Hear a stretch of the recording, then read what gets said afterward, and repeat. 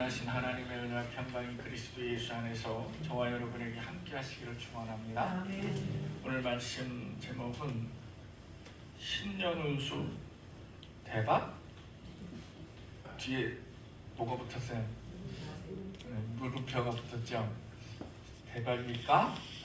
라는 제목으로 히브리서 1장 2절로 3절 말씀 함께 은혜 나누도록 하겠습니다. 저녁에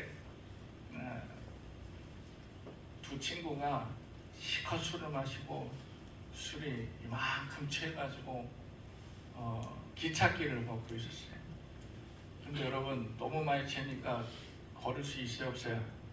그래서 엉금엉금 이제 기찻길을 기어가고 있었는데 앞에 기어가던 친구가 이렇게 얘기합니다. 뭔 놈은 사다리가 이렇게 기냐? 이렇게 얘기합니다. 그랬더니 뒤에서 뒤따라오던 이 술 취한 친구가 이럽니다. 야 빨리 가. 뒤에 엘리베이터 쫓아와. 머릿속에 상상하시면 무슨 말인지 알 거예요. 여러분 술 취하면 판단력이 어떻게 해요?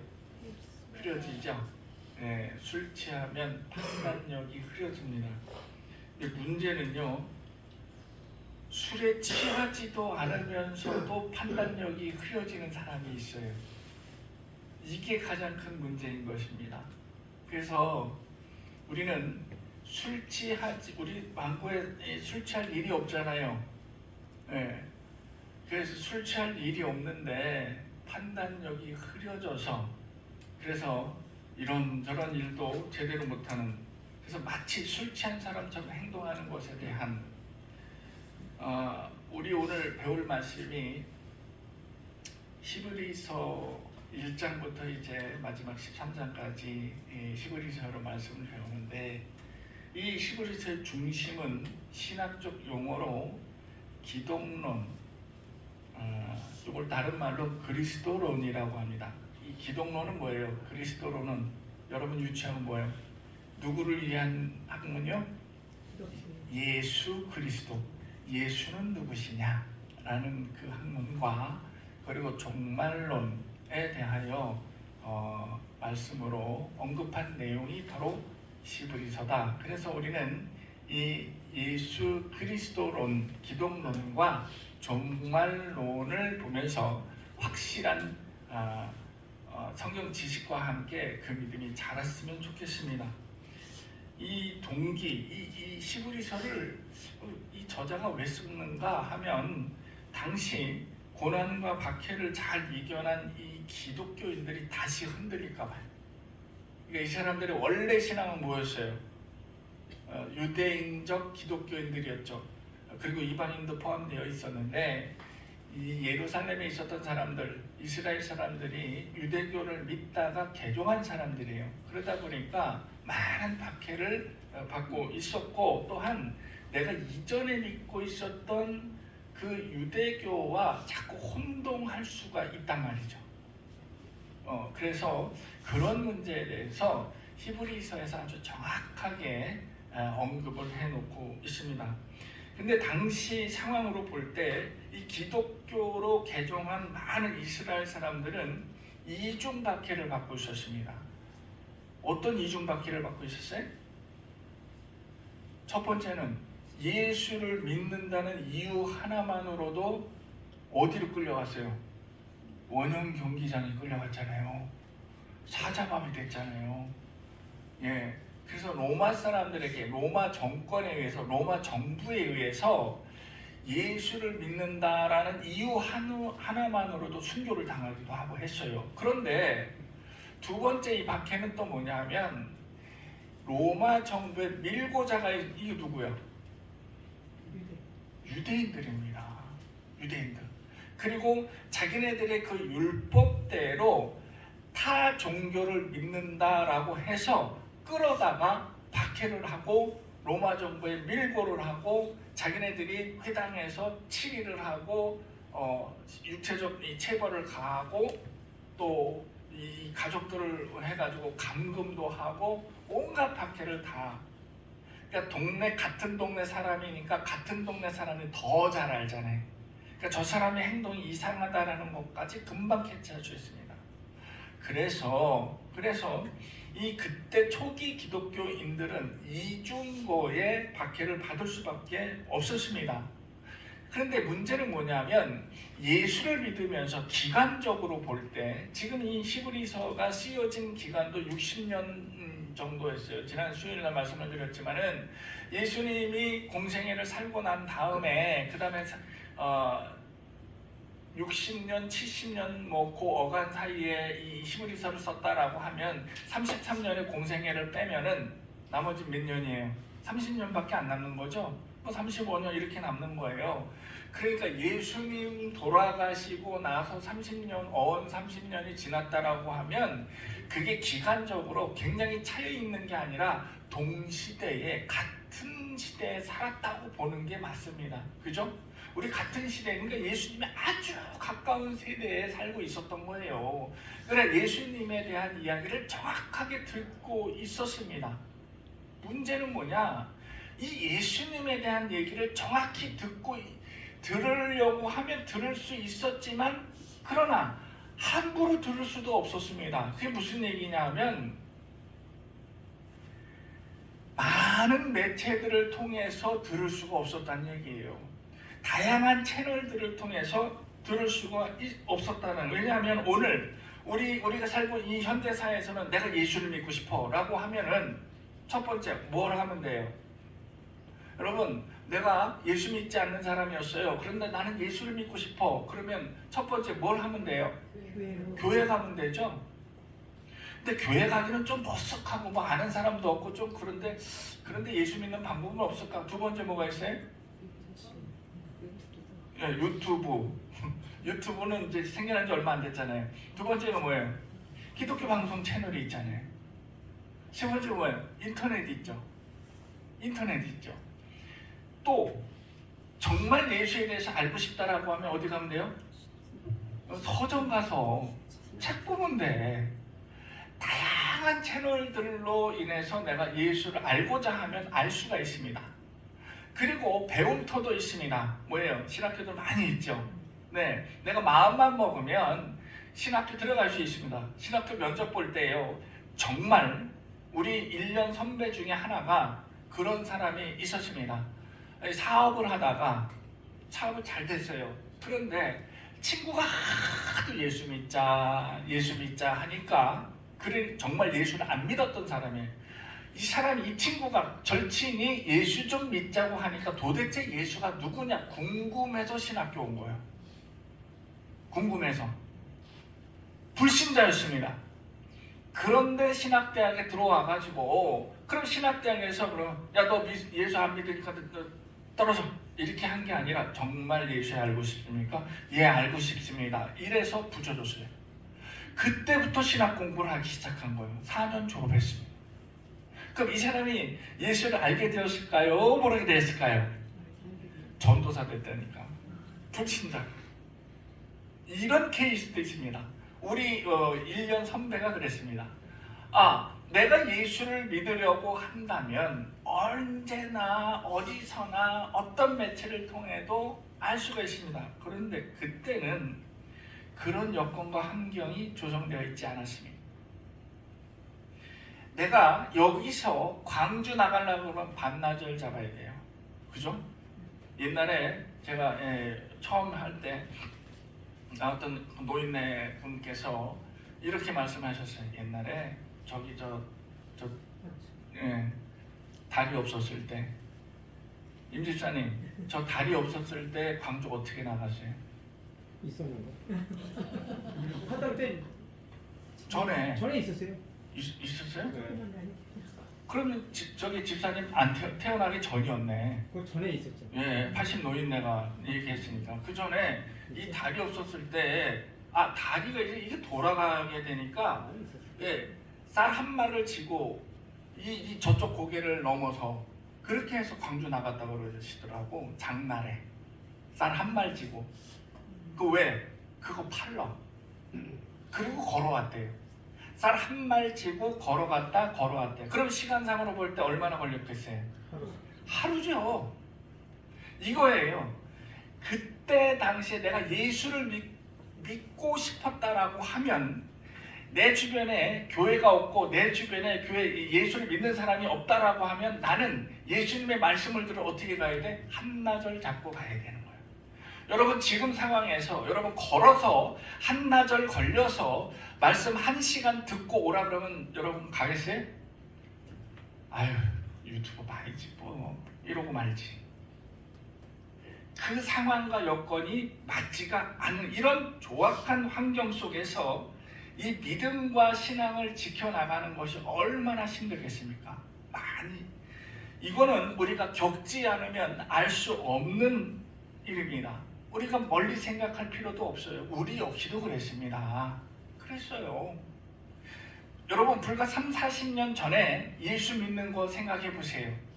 30-40년 전에 예수 믿는다는 이유만 하나로 얼마나 많은 박해를 받았어요. 가까이는 누구한테 박해 받았어요? 남편한테. 예. 그리고 또 시어머니. 예. 남편은 그래도 내 남편이니까 어떻게 넘어갈 수 있는데 이 시자는 좀 시어머니한테 박해 좀 받았다 싶은 사람 요렇게 손 한번 들어봤어요. 예. 예. 예. 시어머니 아닌 시아버지한테 박해 좀 받았습니다. 나는 시어머니한테 받았수다. 저기 태백산맥에서.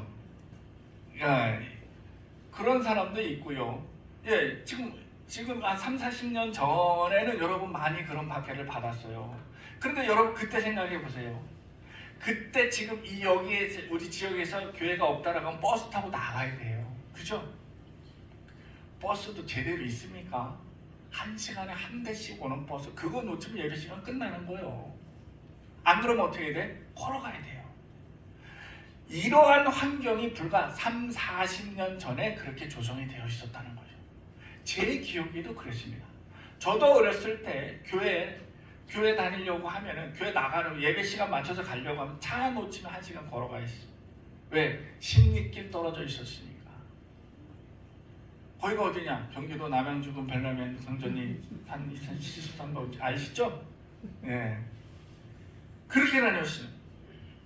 우리가 이렇게 손쉽게 예수를 믿게 된 환경이 조성된 거 불과 얼마 안 됐습니다. 그런데 한 2000년 전에 그들이라 하면 일단 목숨을 내놔야 돼. 그리고 예배 한번 드리려고 하면 2박 3일 걸려야 돼요.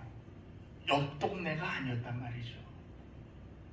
그러면 간신히 가서 예수님 말씀 1시간 듣고 와서 그걸 가지고 일주일이고 한 달이고 버티면서 그거 갖고 붙잡고 기도하고 찬송하며 많은 유혹들이 있습니다. 이를 다 물리치고 믿었던 사람들이 그때 당시 기독교인들이에요. 대단한 믿음 아니겠습니까?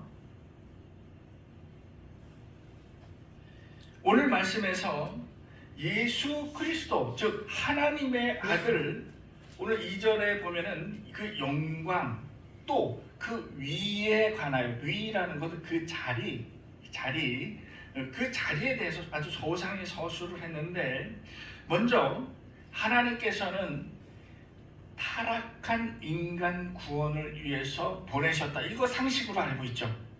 예, 여러분 우리가 예수가 누구냐라고 하면 늘 듣던 얘기가 우리를 위해서 희생하시고 십자가를 대신 지셨으며 우리를 구원해 주신 예수 그리스도. 이거 평범합니다. 근데 오늘 히브리서 1장에 기록된 내용은 학문적으로 정립할 수 있고 여러분들이 제대로 요거를 파악을 하면은 내가 개념적으로 이 예수 그리스도가 누구냐라고 머릿속에 개념을 파악할 수 있는 부분이에요. 예수님은 이런 신분이에요 라고 믿어야 돼 이것보다 이래서 믿어야 돼 라고 설명해 줄 수 있는 부분이 바로 히브리서 1장 내용입니다. 그래서 하나님께서는 인간 구원을 위해서 하나님 당신을 나타냈어야만 합니다. 내가 누구냐? 나는 하나님이다 라는 것을 나타냈어요. 그래서 이 구약의 말씀을 보면은 여러분 이 모세오경에 보면은 막 이스라엘 백성들에게 막 얘기하다가 뭐라 그래? 나는 누구다? 나는 여호와다 라고 항상 뒷말에 나는 여호와니라, 나는 여호와니라 라고 밝히는 말씀들이 있습니다. 이런 단어가 자주 등장을 합니다. 하나님께서 하나님 당신을 나타내는 그런 여러 가지 방법들 중에 여러 가지 방법, 여러분 기억나는 방법들이 있습니까? 하나님은 어떻게 당신을 나타냈을까요? 뭘로 나타냈어요? 하나님은 빛으로도, 말씀에서 빛으로도 나타냈어요. 또 꿈으로도 나타냈지요. 환상으로도 나타냈지요. 말씀으로도 나타냈고 음성으로도 나타냈고 여러 가지 기적을 일으키면서도 하나님 당신이라는 것을 나타낼 수 있었습니다. 그래서 특별히 하나님 당신을 나타내는 방법 중에 특별한 방법이 또 뭐냐? 한 사람을 선택합니다. 이게 누구요? 선지자예요. 선지자를 택해서 하나님 당신의 계획을 알리기도 합니다. 대언의 영을 넣으셔. 그래서 선지자들이 하나님 말씀을 대언하게끔 만드는 경우가 많이 있습니다. 이 예언서에 보면 나오고 있지요. 그래서 이 하나님의 계획을 아주 구체적으로 말씀을 해 주시기도 합니다. 이는 뭐냐? 예언 속에 지금 이제 하나님이 나타내는 것은 예언의 말씀도 아니요, 환상의 말씀도 아니요, 그리고 음성도 아니요, 하나님께서 직접 이렇게 막연하게 나타내는 그런 존재가 아니라 역사 속에서, 현실 속에서 지금 실제로 존재하시는 하나님으로 나타내시고자 한 거예요.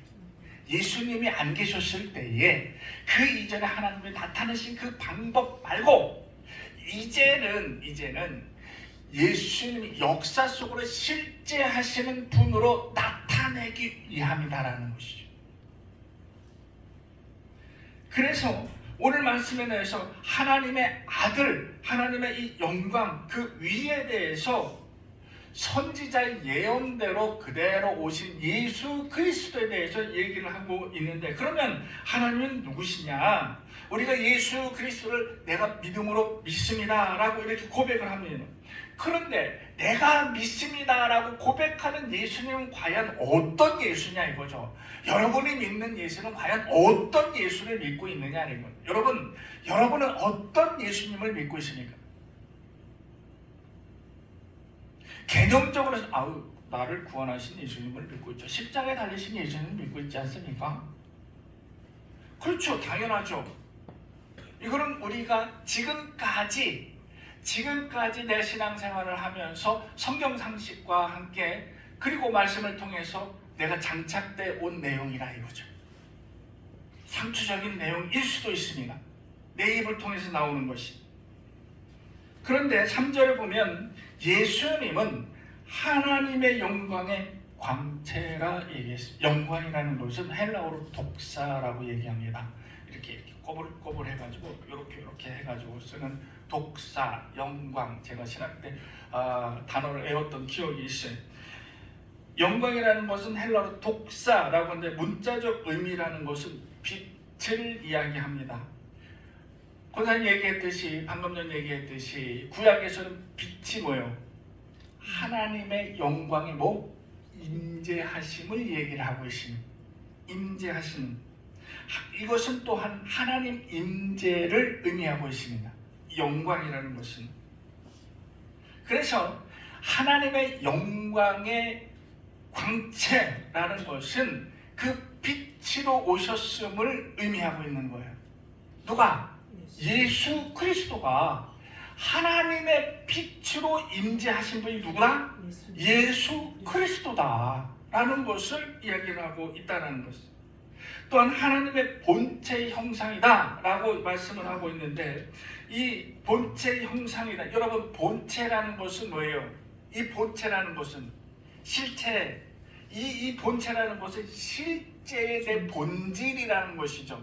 하나님의 본체라는 것은 실제로 하나님의 본질이라는 것입니다. 예수님 뭐요? 하나님의 본체시며 라고 하면 하나님의 실제 본질이라는 것을 이야기를 하고 있다는. 그러면 예수님은 뭐요? 하나님이십니다. 하나님이 나타나시고 하나님의 영광이시며 하나님의 본체이시다라는 바로 그것이 하나님의 빛으로 오셨으며 하나님의 본질이시다라는 거예요. 누가? 예수님이. 이는 곧 뭐요? 하나님이시며 또 예수님이시다라는 이야기예요. 즉 그것을 히브리서에서 이야기를 하고 있다라는 것입니다. 그래서 이 본질이라는 것은 곧 하나님 자체를 가르치시는 거예요. 그러니까 곧 예수님은 곧 누구를 가르쳐? 하나님을 가르치십니다. 하나님은 우리에게 인간 구원을 위해서 어떻게 해요? 자신을 나타내려고 하시는 거죠. 일에 나타나시는 거예요. 하나님의 본질로서 나타나신 거예요. 그래서 3절에 보면 만물을 붙드신 자다라고 얘기를 하십니다. 여러분, 만물을 붙드신 분이라, 이 붙드신다라는 것은 헬라어로 데려가다, 이끌어가다라의 의미를 가지고 있습니다. 근데 여기서 쓰인 것은 데려가다보다는 이끌어가다는, 뭐요? 만물을 어떻게 하다? 이끌어가다라는 의미로 쓰인, 만물을 이끌어가는 것은 곧 뭐요? 만물에 대해서 주권이 있다라는 거예요. 이 우주 만물의 모든 것에 대한 주권이 누구에게 있다? 바로 이분에게 있다. 이분이 누구시냐? 예수님이시. 예수님이시.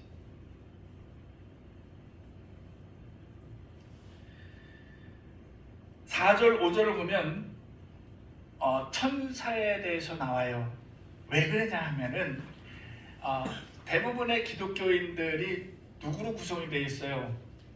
유대인으로 구성이 되어 있었잖아요. 이 당시 유대인들이 이 천사를 되게 경이롭게 생각을 했습니다. 왜? 천사는 우리 존재하고 다르잖아요. 영적인 존재잖아요. 그러니까 여러분, 영적인 존재를 보면서 굉장히 경이롭게 생각을 하지요. 그래서 유대인들은 천사를 우리보다 한 단계 위의 단계로 생각을 하는 거예요. 그래서 대단히 경이롭게 생각을 하는 거예요. 그래서 천사에 대해서 슬쩍 끌어다가, 자, 4절에 보면 그가 천사보다 훨씬 더 뛰어난, 자, 이 경이로운 천사들보다 더 뛰어난 이유에 대해서 언급을 하고 있어요. 왜? 유대인들이 천사들을 되게 높게 생각을 하고 있었는데 그 되게 높은 것들을 발 아래로 두신 분이 누구다? 예수님이시다. 예수님이시다. 왜 그런지 아니? 라고 말씀을 하신 거예요. 그 이유가 바로 이거예요. 천사들보다 뛰어났는데 아름다운 이름을 얻었다라고 했습니다. 여러분, 아름다운 이름을 얻었다. 이게 뭐예요? 무슨 이름을 얻었을까? 그거 말고 보세요. 5절에 보면 뭐라고 나와 있어요? 너는 내 아들이다. 이런 곧 누구 아들? 하나님의 아들.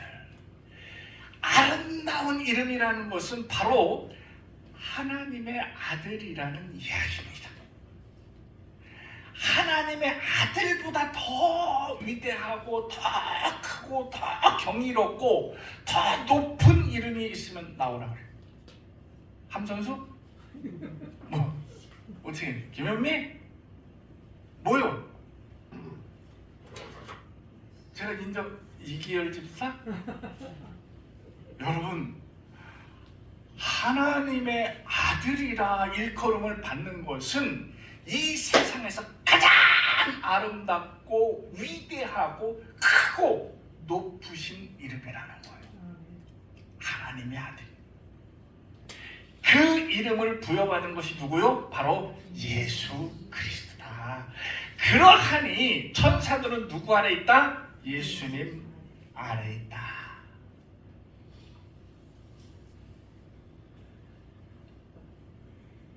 그러면서 야, 하나님께서 천사들 보고 너는 내 아들이라 이렇게 얘기한 거 봤어? 못 봤잖아. 그런데 하나님은 예수님을 너는 내 아들이다 라고 말씀을 하셨어. 라고 이야기를 하신 겁니다.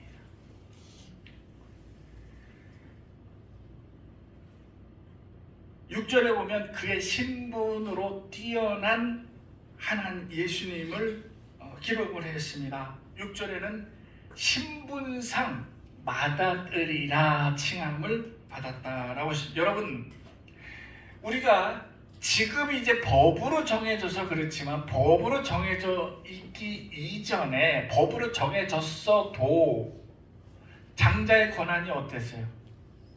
우리 많이 들었죠? 우리 옛날에 딱 많았어. 누구 줬어요? 큰아들한테 줬어요.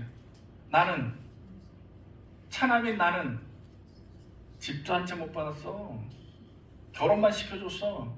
이런 일 비일비재했죠? 그렇습니다. 야, 이 비사님 뭐 물려받으셨어요? 방학간 물려받았어요. 근데 몇째요? 넷째인데도 방학간 물려받았어. 이 집은 복받은 집이요. 그래요, 안 그래요? 옛날 같으면 큰형한테 다 갔습니다. 방학간 이거 뭐고 다 줘버렸어. 이게 무슨 권한이요? 장자의 권한입니다. 하나님께서 이를 인정하시고 예수님을 맏아들로 인정을 하시고 장자의 권한을 주셨습니다. 그러면 장자의 권한을 주셨으면 하나님의 것은 어디서부터 어디 거가 하나님의 거예요? 네? 여러분 어때요? 태천만 하나님 거예요? 조금 넓혀서 광주시? 아니죠. 하나님의 것은 우주 만물의 것입니다. 그런데 하나님께서 이를 인정을 하셨어요. 그래서 맏아들에게 장자의 권한을 주셨습니다. 장자는 이 유산을 물려받을 권리 권한이 있습니다.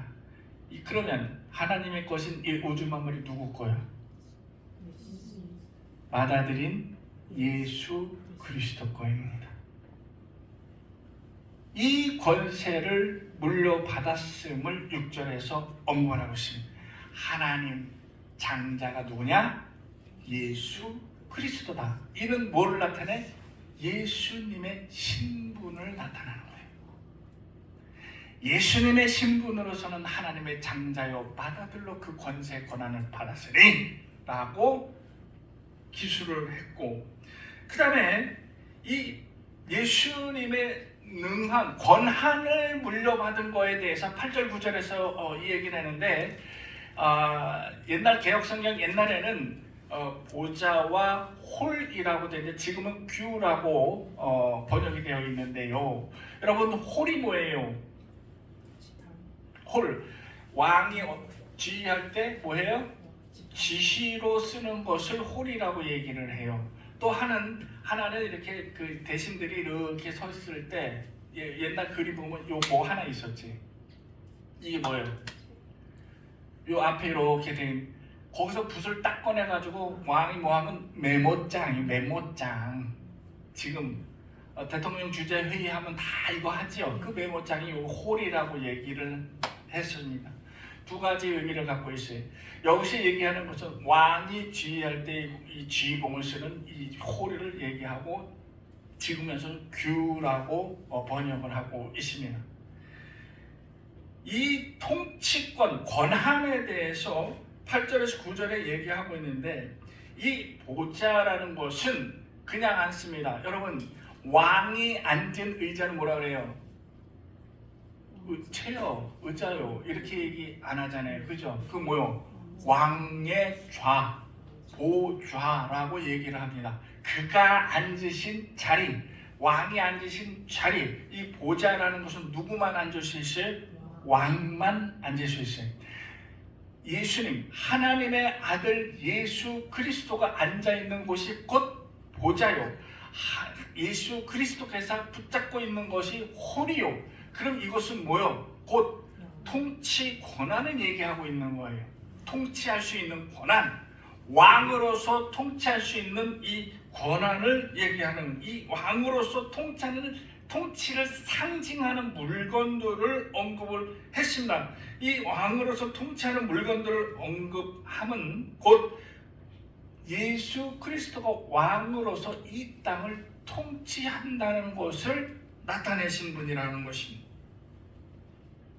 그래서 이 존재하는 것들보다 모든 것들보다 뛰어나고 하늘과 땅의 모든 권세를 쥐고 이 하늘과 땅에 있는 모든 것을 통치하시는 분이 바로 누구시냐? 예수 그리스도다.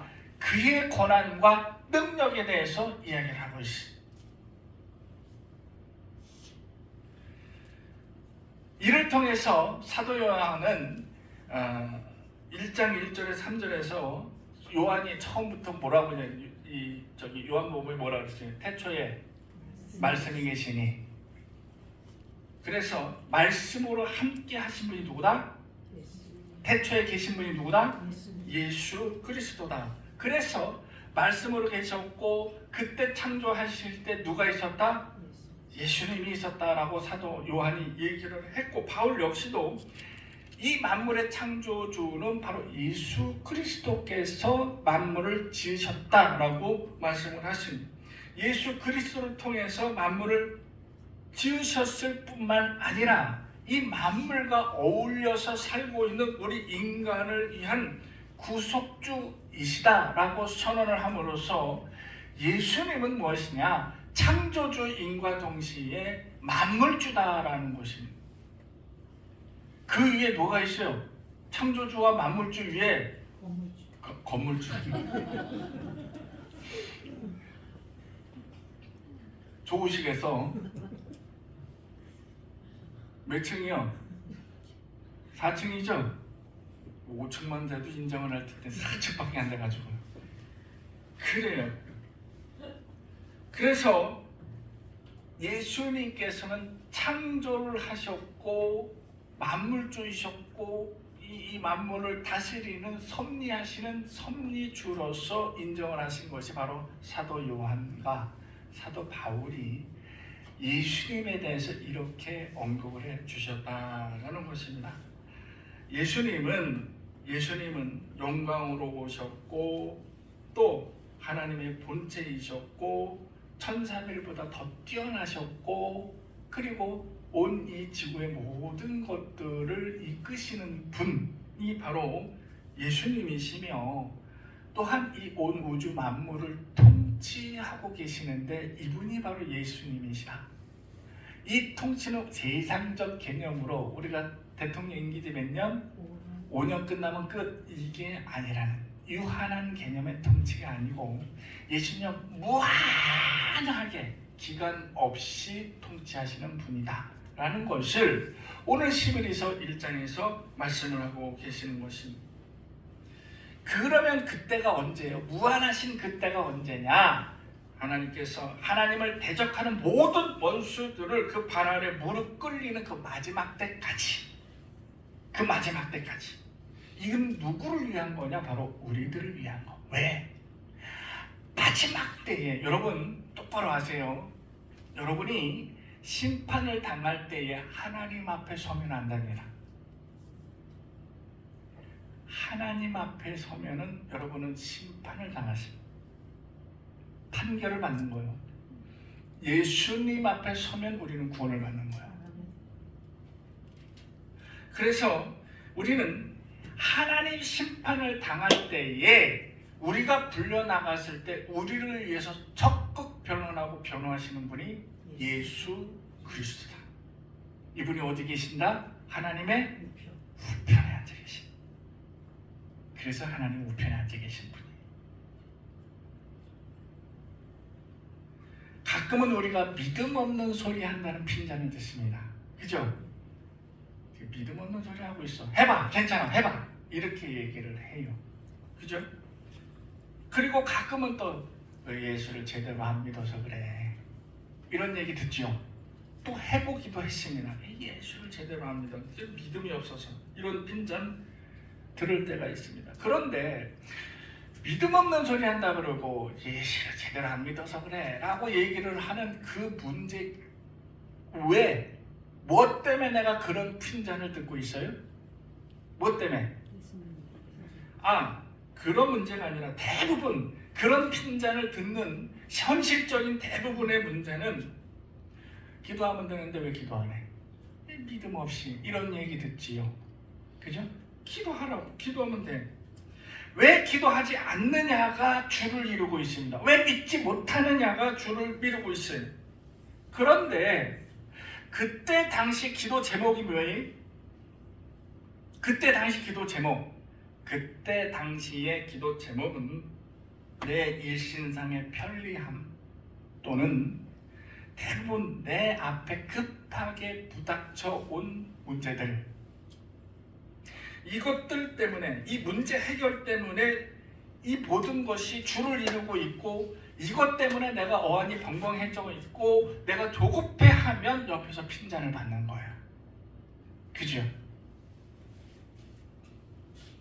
여러분 혹시 이 기도하면서 내 일신상의 편리함 또는 내 앞에 부닥친 이 문제들, 요거 말고 여러분들이 기도하면서 하나님, 나는 정말 하나님을 철저하게 믿고 싶고요, 정말 누구라도 흔들리지 않는 믿음을 갖고 싶고요, 정말 예수님을 믿고 싶고 하나님 앞에 무릎 꿇고 싶어요. 하나님 앞에 무릎 좀 꿇게 해주세요 라고 금식하며 기도하신 분 계세요? 다른 아무 제목 안 세우고 나는 오로지 하나님의 귀한 자녀요, 나는 주님의 제자요, 앞으로도 나는 주님만 따라가겠습니다 라고 이 문제 갖고 금식하며 기도하신 분 계시나요? 아무도 없을 거예요. 저 역시도 그러지 못했으니까. 딱 한 번 있었습니다. 딱 한 번. 처음에 신학대학 다닐 때의 21일 금식기도 제목이 바로 그거였습니다. 말씀 좀 제대로 알게 해주세요라는 거. 그리고 목사가 되면 내가 기도하는데 기도가 안 되면 어떡하냐? 그 능력 없는 목사 되는 거 아니겠습니까? 그러니까 적어도 하나님께서 종으로 세우시겠다고 하면 종이 기도하는 기도는 좀 들어주셔야 되는, 100%는 아니더라고요. 그러면 내가 못할 게 뭐 있어. 그래도 60, 70% 반 이상은 넘어서 내 이 문제 놓고 기도할 때는 좀 하나님께서 들어주시는 기도 응답의 능력자가 돼야 되지 않겠습니까? 이거 2개 놓고 20일 금식을 했습니다. 딴 거 아무것도 안 하고요. 저는 그렇게 믿고 있습니다. 그래도 하나님께서 이 기도만큼은 들어주셨다라고 믿고 있습니다. 그래서 여러분들 우리가 작전 기도합시다 라고 하면, 그래도 부흥을 일으키고 기도하면 그래도 하나님께서 대부분 다 이루게 해주시잖아요. 제가 잘났다는 얘기가 아니라 그런 기도에 효과가 있지 않나 생각하고 있습니다. 여러분, 우리가 믿는 예수님의 정체를 분명히 알고 믿어야 할 것입니다. 2023년 신년운수 대박! 이것만 믿고 기도할 것이 아니고, 올해 대박 나게 해주세요 하나님, 이것만 기도할 것이 아니고, 예수님이 누구인가 제대로 좀 알게끔 기도하는 자가 되어야 할 것입니다. 나를 알고 적을 알면 어떻게 해요? 백전백승? 지피지기 백전백승이라고 했죠. 맞습니다. 여러분들이 예수를 제대로 알고 예수를 믿으면 백전백승. 오늘 좀 말씀이 좀 길었지만 이 짧은 1시간 내에 예수님에 대해서 몽땅 다 이거요. 신학대학에서 한 계절 학기입니다. 한 학기 동안 배우는 거예요. 이거를 짧은 1시간에 여러분들에게 다 말씀드리기는 어렵습니다. 그러나 성경에 나온 대로 정리는 하고 갑시다. 내가 믿는 예수는 누구인지, 올해 정말 예수, 진짜 예수, 그리고 내가 믿을 수 있는 예수, 제대로 예수님을 아는 한 해가 되기를 주님의 이름으로 축원합니다. 아멘. 기도하겠습니다.